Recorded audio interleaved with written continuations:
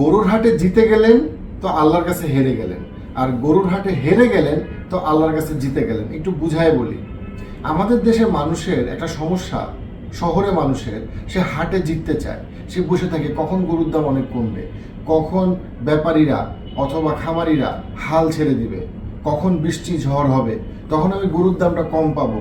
আমার এলাকার মানুষ বলবে, আরে জিতছস ভাই, 1 লাখ টাকার গরু তুই 80,000-এ পাইছস, 1.5 লাখ টাকার গরু তুই 1 লাখে পাইছস, আপনি খুব খুশি মাংস খাচ্ছেন, আল্লাহর কাছে দাঁড়াইলেন কিয়ামতের দিন। আল্লাহ আপনাকে বললো আরাফার দিন সারা বছরের শ্রেষ্ঠ দিন, যেদিন হাজিরা হজে, আমি তোমাকে বলছি শ্রেষ্ঠ 10 দিনের মধ্যে শ্রেষ্ঠ দিন আরাফার দিন। ওই দিন তুমি অফিস ছুটি নিয়ে হাটে গেছো, হাটে গিয়ে কি করছো? গরিব একটা খামারি দাঁড়ায় ছিল যে বেচতে পারতেছে না, লক্ষ গরু হাটে কিন্তু হাজার ক্রেতা, লক্ষ গরু হাজার ক্রেতা, ব্যাপারীদের কান্না, ওই লোকটা গরিব, আপনি গেছেন জিততে। আরাফার দিনে তুমি আমার ওই গরিব খামারি, আমার ওই গরিব বান্দাটারে তুমি ঠকাইলা, তোমার কাছে পয়সা ছিল, এখন তুমি মনে করছো তুমি জিতছো, আল্লাহর কাছে তোমার কোরবানির কোনো দাম নাই।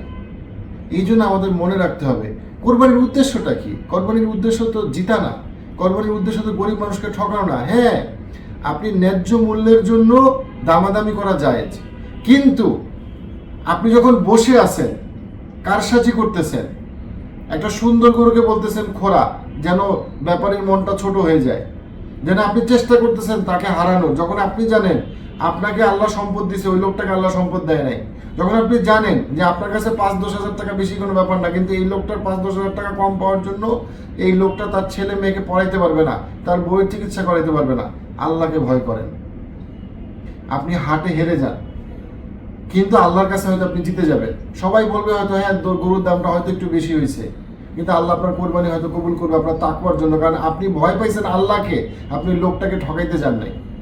এবং তারপরে কি হয়েছে? আপনি কিয়ামত দিনে পুরস্কৃত হয়েছেন।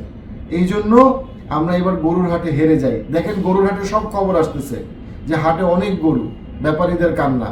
এখানে আমাদের দায়িত্ব আছে মুসলমান হিসেবে যে আমাদের আকলাকটা কি, আমরা কি ব্যাপারীদেরকে আরো ঠকাইতে চাই, নাকি আমরা আসলে চাই তাকওয়ার পরীক্ষায় আমরা জিতি, ওই গরিব মানুষটাও জিতুক, তারাও ভালো থাকুক, এবং আল্লাহর কাছে আমরা তাকওয়ার জন্য পুরস্কৃত হই, টাকার জয়ে না জিতি।